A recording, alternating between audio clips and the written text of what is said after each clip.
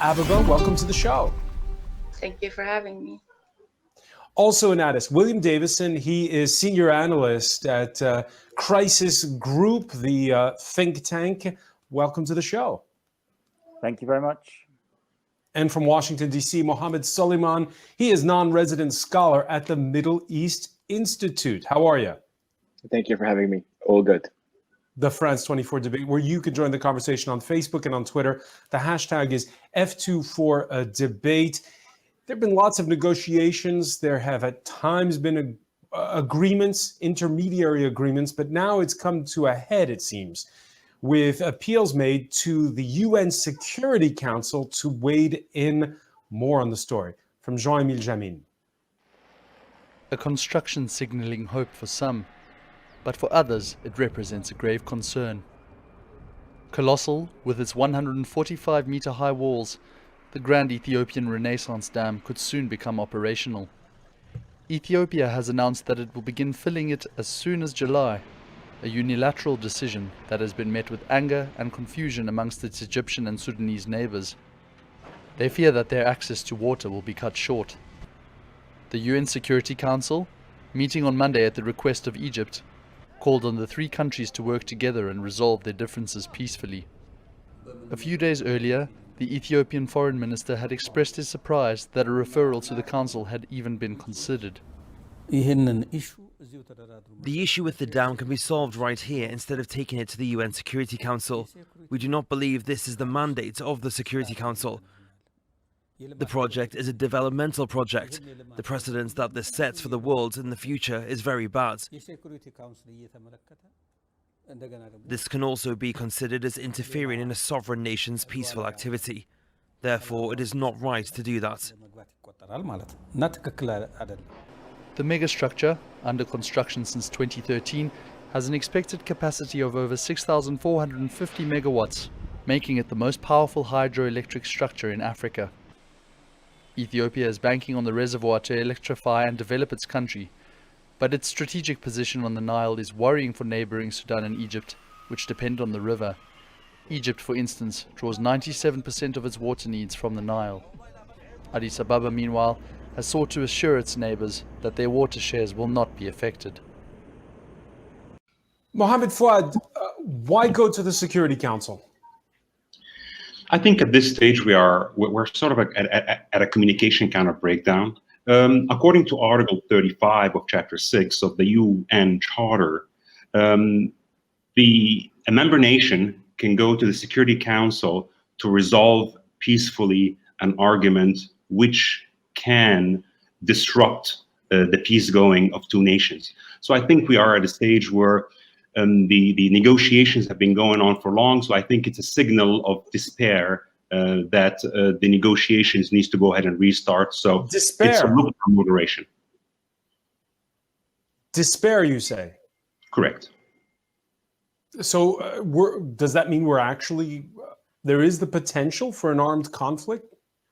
No, I wouldn't put it like this, because for an armed conflict to happen, you need to have two conditions. I mean, you need to have the will and you need to have the capability. I mean, while the capabilities are there, I don't think the will of the nations have exhausted all available options yet. So I will not, I sort of will not go there. But I think we need to reach negotiations. I mean, you're at a stage where Egypt was able to negotiate Sinai in 3 weeks, and we've been trying to negotiate this peacefully for the past 10 years, and we're not going anywhere. So I think it's just a look for moderation.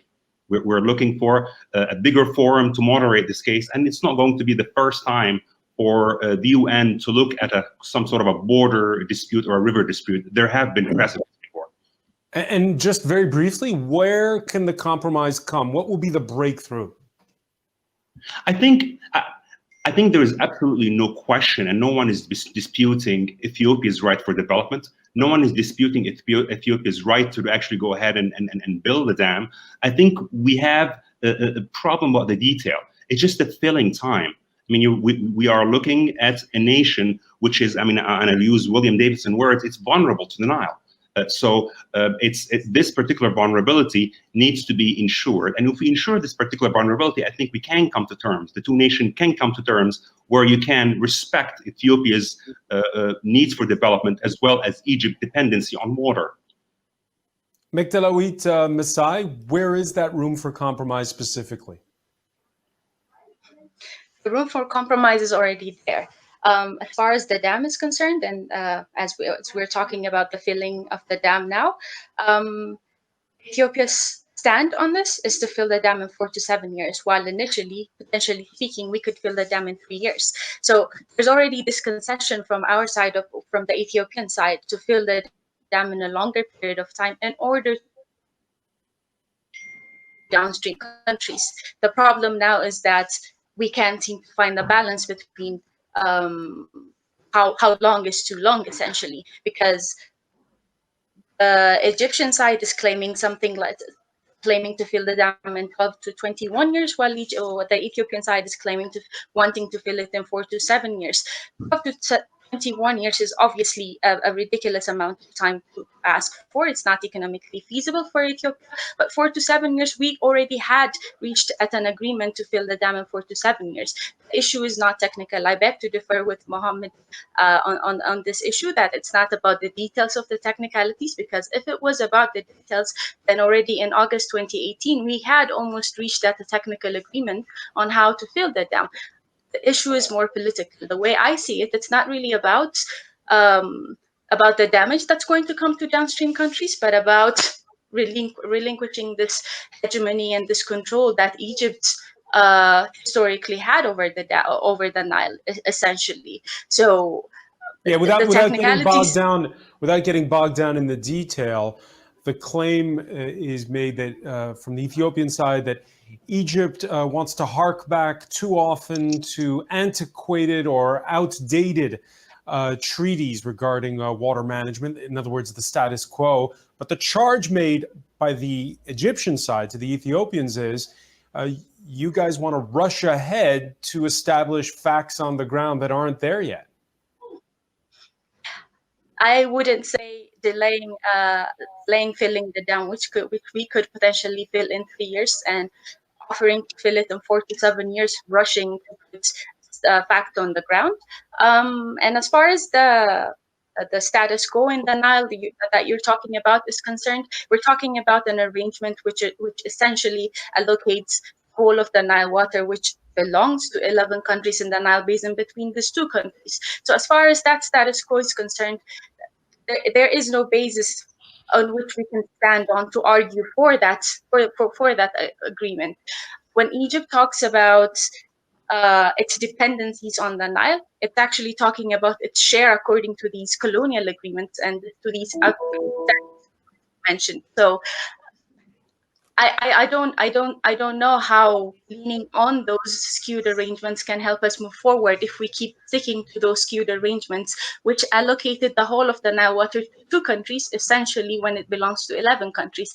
That's where the mismatch comes in. We can't base our agreement off of those arrangements in the first place. William Davison, why is this coming to a head now? Well, it's coming to a head now because the dam is reaching the stage of construction where filling can begin. And Sudan and Egypt are both opposed to Ethiopia beginning to fill the dam without an agreement. But Ethiopia says, as the dam owner, that it has the right to build the dam and also to fill the dam. So that's the reason, and that's going to happen next month. So there's that clash over whether Ethiopia needs permission or not. But I would like to be clear about one thing here. This isn't really a discussion about how long it takes to fill the dam, at least not in normal hydrological circumstances. All of the key issues relating to filling and relating to the hydrology, all of the concerns are for periods when we have below average rainfall. As Mekdalawit suggested, the filling plan that Ethiopia has proposed, the first 2 years for turbine testing, and then probably another 3 years to fill the rest of the dam initially, that's agreed by all parties. And Egyptian negotiators say there is enough water in Aswan Dam to compensate during that filling period. Instead, the whole issue here is about drought. how to mitigate drought and what sort of responsibilities does Ethiopia and the GERD have to help mitigate drought downstream. And then there is also a raft of legal disputes over dispute resolution and the legal status of any agreement on GERD, which are also somewhat connected to those disagreements over drought mitigation. GERD, the acronym for the Grand Ethiopia Renaissance Dam. William, when you look at the world's weather over the past 10 years, more and more extreme weather, chances of the droughts you mentioned fairly high, right? Well, I mean, I think these are obviously highly complex questions about how climate change, increased volatility will affect different parts of the world. There certainly are concerns about that volatility. So we could see an increasing frequency of drought in the Blue Nile Basin, but that's by no means assured. But let's also not forget here that GERD is a hydropower project, so it's non-consumptive. And also the fact that it has such a large reservoir, of course, means that we have water stored up to be used during a drought. So yes, there are climate change concerns, but they're not certain, and GERD can help counteract that climatic volatility as well. And you have published a policy paper at Crisis Group where you talk about the fact that there is a short window for compromise. Explain. Well, again, that relates to the issue of filling, which is going to begin in mid-July, and Ethiopia is absolutely set upon that, and they are very unlikely to backtrack. So we at Crisis Group are looking at how the parties can reach an agreement before filling begins, because inevitably diplomatic tensions will rise if filling goes ahead without that. So we're looking at various compromises. Can Sudan and Egypt's dams be used to help mitigate drought? How much of that needs to be mapped out in advance? Can Ethiopia agree to release a certain amount of more water from storage than it's also promised to during drought? And then what sort of legal compromises can we have? There's this issue of dispute resolution. Ethiopia rejects binding arbitration. Sudan and Egypt demand it. So could we have some form of mediation and then perhaps followed by an African arbitration panel, which might be more acceptable to Ethiopia? Yeah, let's talk about diplomacy for a second with you, Mohammed Suleiman. Several points we've seen over the past couple of weeks. The Security Council, we could talk about that more in a minute. But also, again, that role of Sudan. We noticed that there was the visit of the number 2 of the military, Hamdan Daglo, aka Hemditi, for some notorious fame during the Darfur War. He paid a trip to Addis Ababa. Where's Sudan lie in all of this?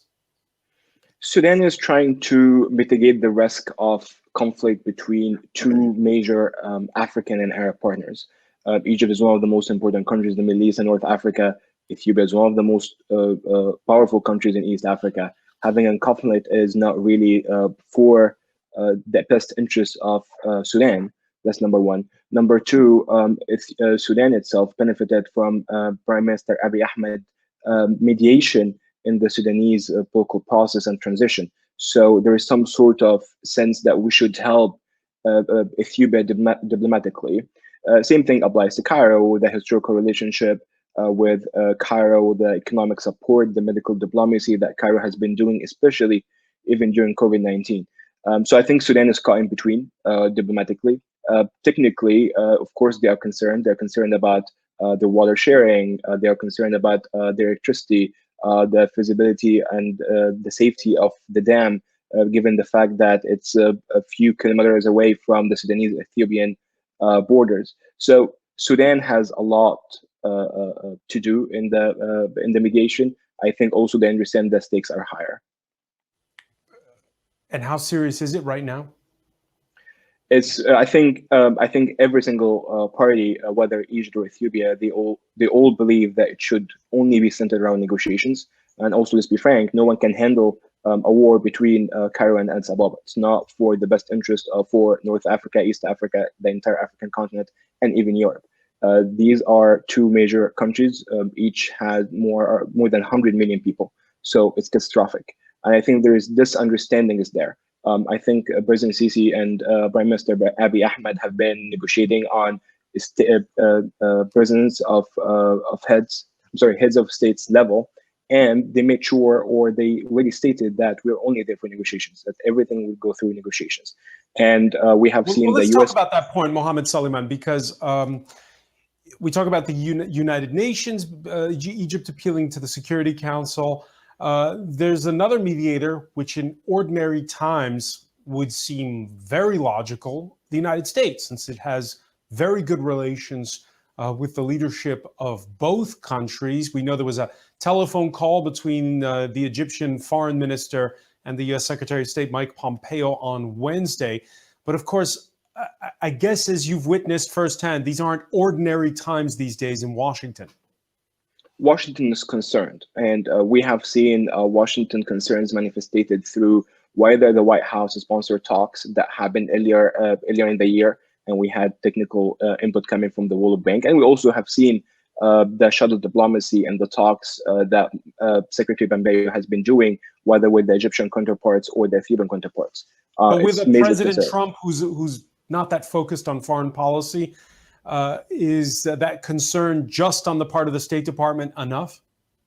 I think the understanding is COVID-19 has been a major distraction for most of the foreign powers, for most of the global community. So no one really paid attention to the situation and the escalation in the Nile Basin until recently, until Cairo started to make some sort of diplomatic diplomacy and pressing more for diplomacy solutions from the major powers and from the UN agencies. I think President Trump himself is definitely invested. As you mentioned, the United States is a major ally for both countries, for Cairo and Addis Ababa.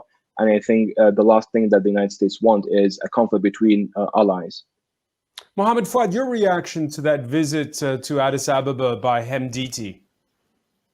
I think Sudan is becoming now a major player and needs to step in the game. I think we have witnessed a big change in the Sudani position since the start of the debate.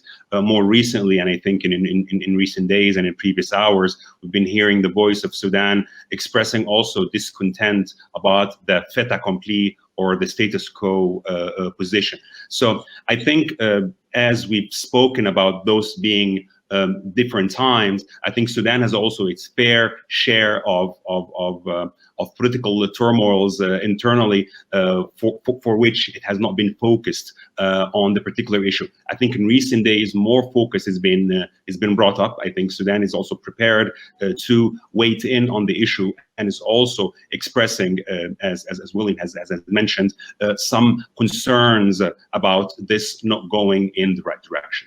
Egypt's leadership has its eyes these days on two fronts. There's to the south, Ethiopia, as we've just mentioned, and to the west, there's Libya, where nationalist leader Khalifa Haftar is on the back foot. This past weekend, when there was the drums of war beating when the Field Marshal, President Abdel Fattah al-Sisi went to inspect the troops, the former Field Marshal, it was more in relation to Libya than Ethiopia. Let's listen. يستطيع أن يتجاوز الخط سرت الجفرة ده أمر بالنسبة لنا خط أحمر إن أي تدخل مباشر من الدولة المصرية باتت تتوفر له الشرعية الدولية. So right now, Mohammed Fuad, where is the concern most where you are? Are people more looking west or south? I think there are both different issues. I think one issue is a matter of security for a particular issue. I think the Ethiopian issue is an existential issue. So we have one which could be classified as a border problem, and you don't want to have border disputes or problems on a very big front such as the Libyan front. But I think the Ethiopian Renaissance Dam remains an existential issue. So I think both issues are weighted to be different. They're important. I mean, there is nothing that takes from the importance of both issues. But I think the Ethiopian issues are more of an existential issue. Mohammed Suleiman, you agree? I echo the same notion. Basically, the water issue is existential threat to the country. We're speaking about if the dam to be unilaterally filled without an agreement, we're speaking about almost 30% loss in the agricultural land. Around 12 million people would be water insecure. And according to the UNDP, every 2% loss in Egyptian water share, that will make 1 million Egyptians affected. So 22 billion cubic meter is huge for a country to withstand. When it comes to the Libya issue, this is a main foreign policy issue. Of course, a major concern for Cairo, 100%, but the water is perceived as a matter of life and death. Matter of life and death. Mekdalawit Masai, your reaction? Yeah. As far as this notion of existential water goes, the Nile is existential to many of the countries, not just Egypt. It's also existential to Ethiopia. Allow me to make the case for this, because the narrative from the Ethiopian side is not fully known in the international media.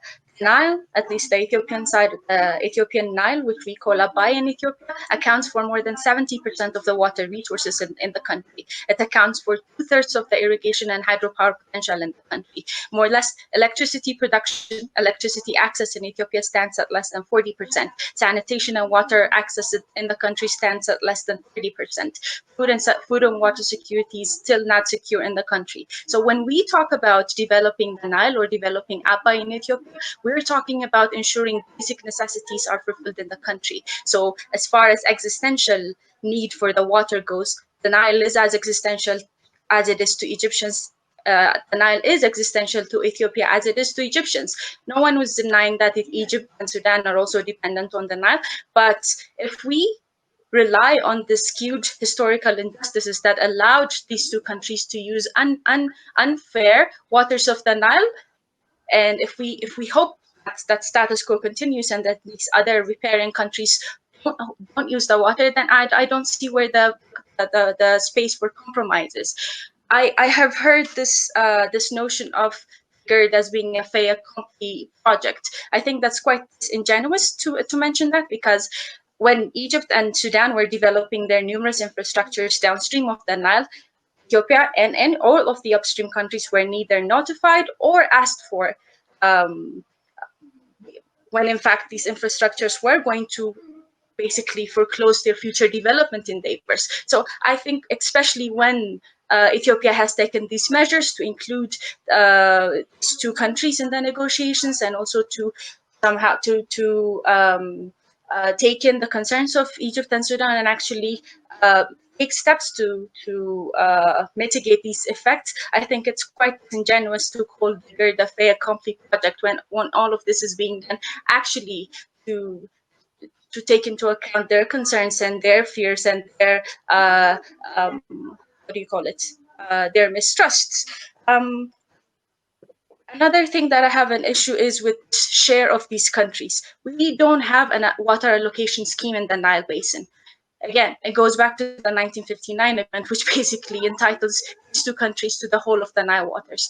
That's not a share. That's not an equitable arrangement in the basin. So when we talk about international media, especially about shares of Sudan and Egypt being decreased, we're actually perpetrating this historical injustice that has happened in the basin. So unless we have this equitable and reasonable use redistribution of water in the Nile basin, we can't talk about anybody's share decreasing or increasing. Ethiopia is entitled to a fair share of the Nile waters, as are the other 9 riparian countries. So when that allocation is not in place, we can't really talk about other countries using the water and that use affecting the shares of these countries. Nile, let me bring in Mohammed Fuad on that. You agree? I actually have a bit of a concern about the colonial discourse or the colonial pitch that's been rampant in the media.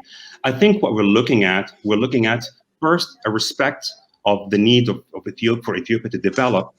Second, the respect of the Egyptian lives who have the livelihood based on the Nile. However, there needs to be a legal ground to look at this. I think a lot of the Ethiopian discourse has always been about the historical and the colony. I mean, if we quickly look at the framework that governs the actual relationship from a legal perspective, we have the 1902 treaty. And the 1902 treaty, it was signed between the Emperor of Ethiopia and Britain on behalf of Egypt. So Egypt was equally colonized. I mean, it was not that Egypt was the conqueror of the world. I mean, we've actually signed the 1902 treaty between the Emperor of Ethiopia and Britain on behalf of Egypt. Even in recent times, in 1993, the Ethiopia-Egypt framework agreement, which was signed by the late Prime Minister Meles Zenawi, it did quote that the two parties need to agree on the necessity of the conservation and protection of the Nile waters. In this regard, they undertake to consult and cooperate in projects that are mutually advantageous. So I think I do not want to take away from Ethiopia's need to develop. However, I do not want to play the colonial card, because the colonial card, as I would like to put it, takes away from the legal grounding. If we take this from a legal position, I dare say that Egypt's position is legally strong. However, if we want to fall back on renegotiating historical agreements, I think it's all good and well. However, this needs not to be done and by taking the Nile hostage and enforcing the status quo. I think this is where our disagreement is. I think we do agree on the fact that both countries have rights. You also need to look at this under the umbrella of Egypt only having one Nile. William Davison. Yes, thank you. So there's been a number of claims from both sides here, and it gives the impression that this is some sort of zero-sum competition. One wins, the other loses. That's not necessarily the case. So I'd just like to run through a few things that have been said. First of all, this idea that there will be agricultural losses in Egypt, that will only occur in the result of the type of scenario I was talking about in my previous answer, when you have a drought. If you do not have a drought, then there is sufficient water in the Aswan Dam to keep supplying Egypt with its needs. The GERD is a non-consumptive project. Yes, water goes into the GERD reservoir during filling and therefore does not flow downstream, but that is a temporary period. And as long as there are average flows in the river during that period, then there is no concern about agricultural losses during the 5 or 6 year filling period. It's very important that we focus on these specific disagreements. The disagreements are about how to manage drought, and they're about these various legal issues. The Ethiopian perspective about the colonial treaties, I think a lot of outside observers, such as myself and Crisis Group, have sympathy for this position. But ultimately, GERD is a non-consumptive project. So there is no question of Ethiopia taking up an allegation directly from the GERD. And also, there is the obvious fact that Sudan and Egypt, regardless of these historic treaties, they still have vital water needs. And that's, of course, why Ethiopia is negotiating about the amount of water that will be released from the dam, including during drought. Because even if these colonial era treaties did not exist, Ethiopia would still have a responsibility to run this dam in a way that does not cause critical shortages downstream in any situation, because with Ethiopia acting as a law-abiding member of the international community. Mekdalawit Masai? I am not for an Ethiopian hegemony on the Nile. I am not for anybody's hegemony on the Nile. I understand that people of the Nile are existentially linked with the water, and every country needs the Nile. Every country needs the Nile for basically existential issues. That's where my pitch comes in. It's not just the two countries that, as the common narrative would have it out there. As I tried to explain earlier in my Ethiopia needs the Nile water for existential issues, for basic necessities. So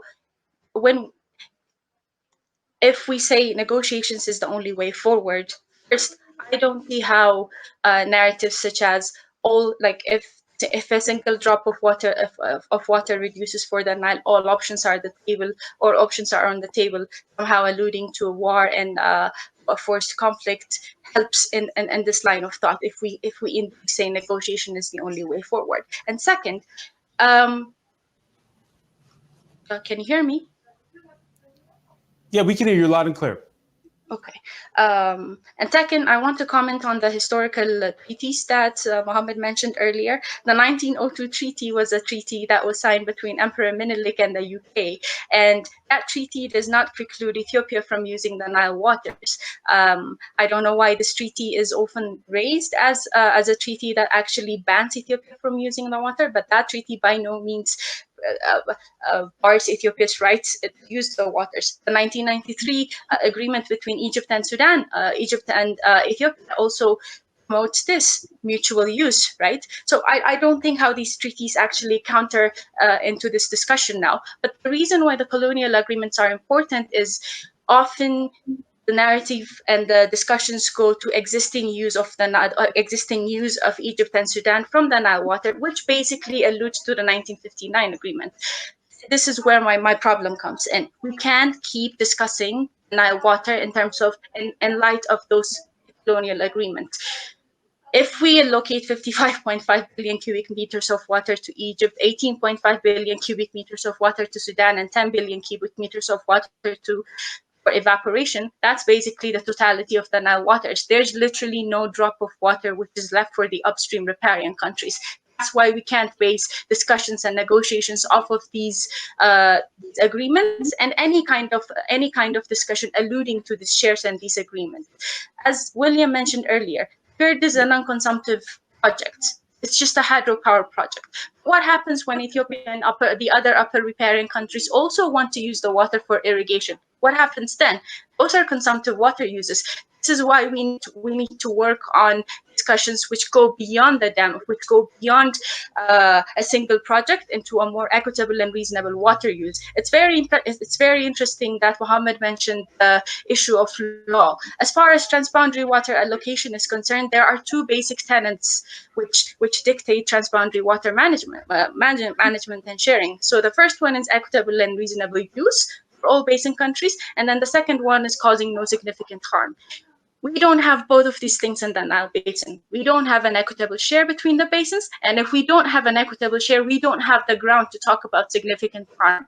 Because significant harm happens when a country goes beyond its quota, its fairly designated quota, and goes on to infringe on the rights and the rights of others, causing significant harm. So without these legal frameworks in place in the Nile Basin, I don't know how we can talk about significant harm happening to these other countries and having a legal framework where we can stand on.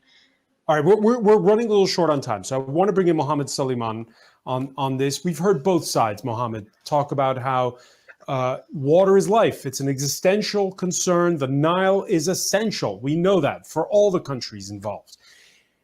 My question is, beyond this existential threat, if the waters of the Nile run dry, or if the waters of the Nile can't be exploited, is this conversation solely about hydrology, or, as I said at the outset, is it also because the leaders of both these countries are under pressure domestically? After all, there have been negotiations for years over the Nile.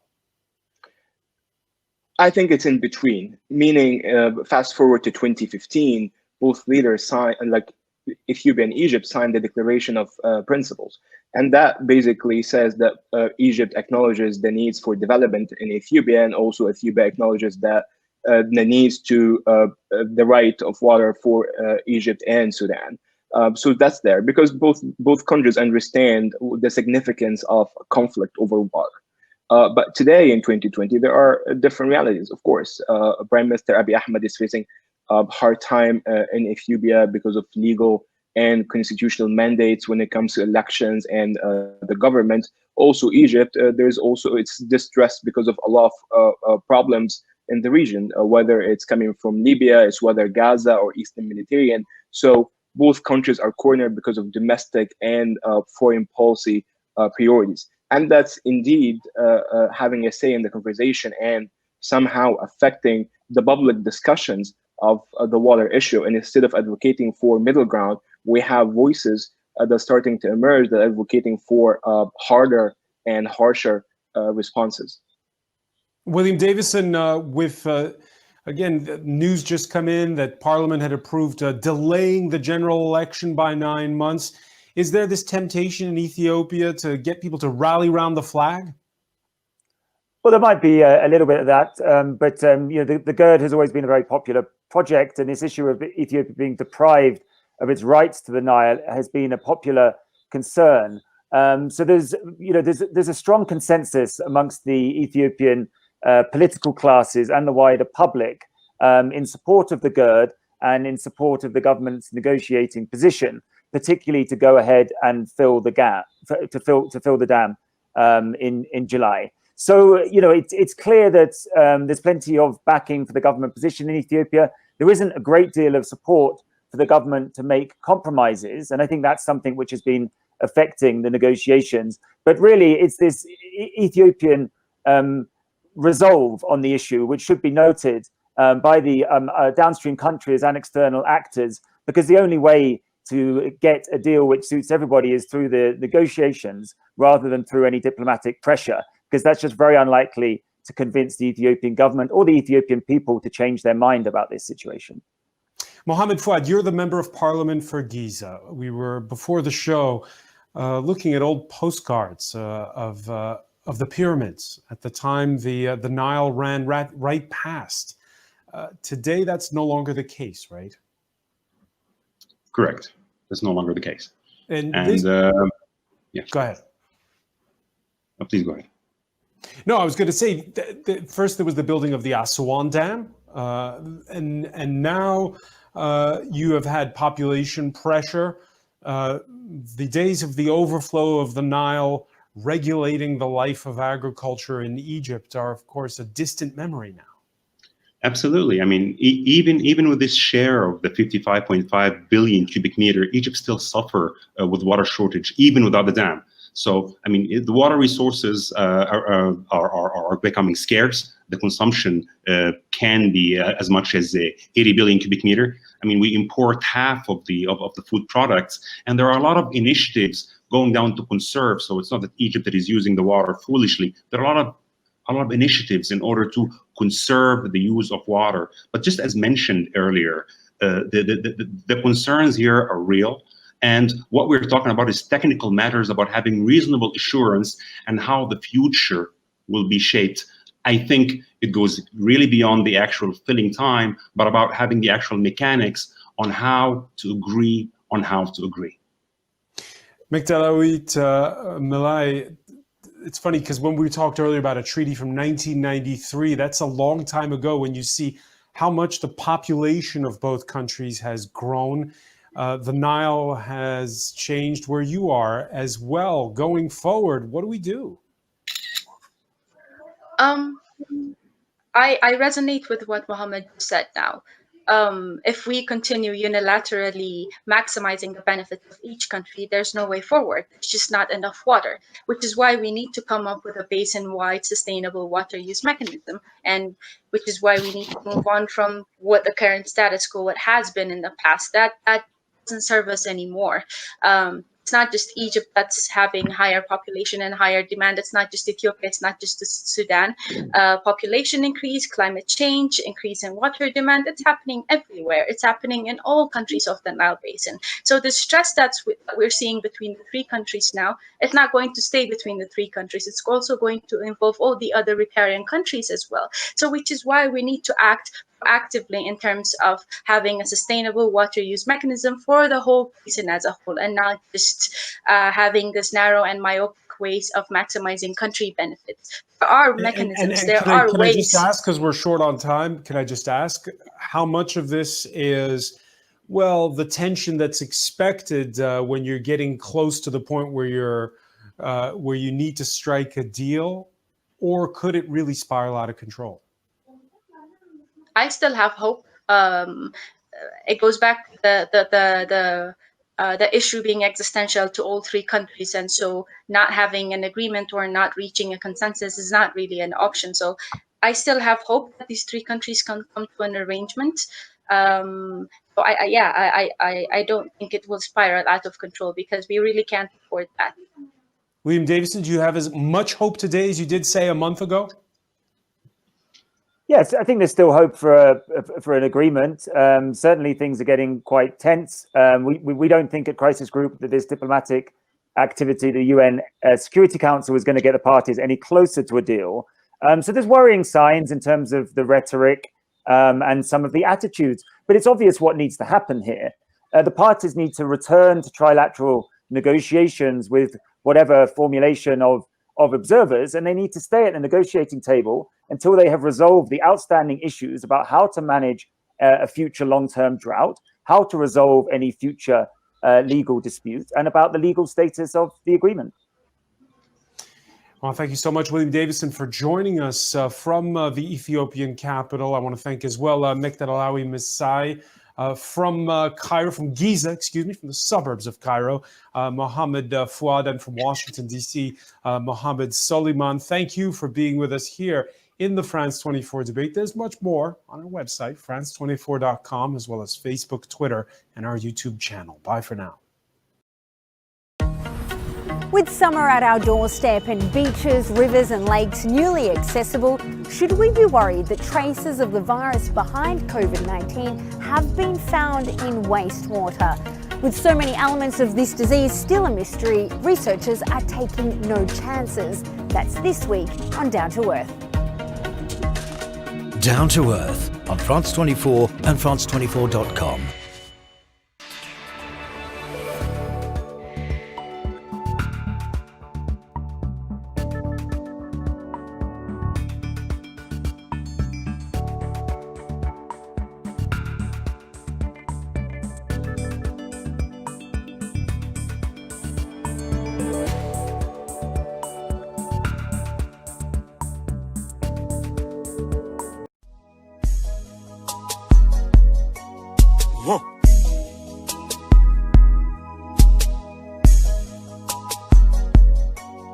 Huh.